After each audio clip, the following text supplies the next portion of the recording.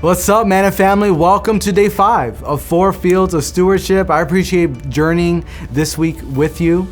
So today is a continuation of yesterday's conversation about the field of purpose. Remember, these are the things we do, right? Our jobs, the organizations we volunteer with, the ministry we might be a part of, our hobbies, everything that we do.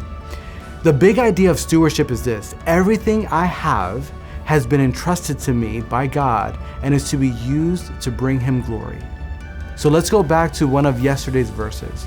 Colossians chapter 3, starting verse 23. Whatever you do, work at it with your whole being, for the Lord and not for men, because you know that you will receive an inheritance from the Lord as your reward. It is the Lord Christ you are serving. So yesterday we talked about our attitude toward the field of purpose, and we should have the attitude toward worship unto God. And the first weed that we discussed yesterday was the one of poor character, and that weed can really ruin the field of purpose. The second weed that can ruin the field of purpose is discontentment. You see, God is entrusting you with the things you're doing today, in your job, in the ministry that you might serve in, and all the things that you do. But if we're not too careful, discontentment can creep in ever so subtly. It begins by being overlooked for a promotion, feeling like you don't get paid enough, feeling underappreciated, or feeling like you're not really making a difference. Discontentment is a feeling of deep dissatisfaction, and the trigger is typically something that is external and that we allow to take root in our soul. We then blame other things for making us discontent. But discontentment is actually rooted in not believing that God is who He says He is, and that He doesn't have His best for you. Now, this other reason doesn't happen all the time, but sometimes discontentment sets in when you believe that you deserve more or deserve differently than what you feel God has given you. Now, this is a biblical principle. If you desire to be entrusted with more tomorrow, you have to learn to be grateful for what you've been entrusted with today. You demonstrate gratefulness through the gratitude you express to God and your attitude toward the present.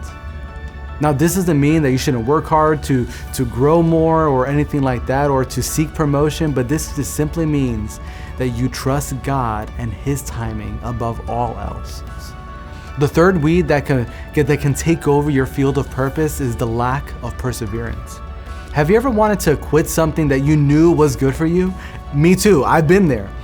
But here's the thing: when you're quick to quit or afraid of failure, you're saying no to what could be. Another thing I've noticed is that many people just want to be doing their ultimate purpose now without going through the maturation and the growth process to get there. We want the destination without the journey. We want the prize without the pain of the process. Over 80 times in Scripture, the words endurance and perseverance are used, and each time, and get this, each time it leads to a positive outcome. It may not feel good, but it leads to a positive outcome. When we persevere, our character grows. When we endure hardship, we learn to get back up. Failure is part of growth. So if we never fail, we can conclude that we're likely to never grow to the extent that we could.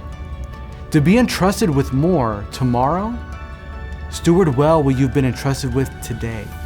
And remember, growth takes time. In your jobs, in the ministries that you might be a part of, the small groups you lead, the various things that you do, choose to persevere. Persevere through the process. Manna family, I want you to fulfill everything God has for you. So may you steward the field of purpose to the glory of God.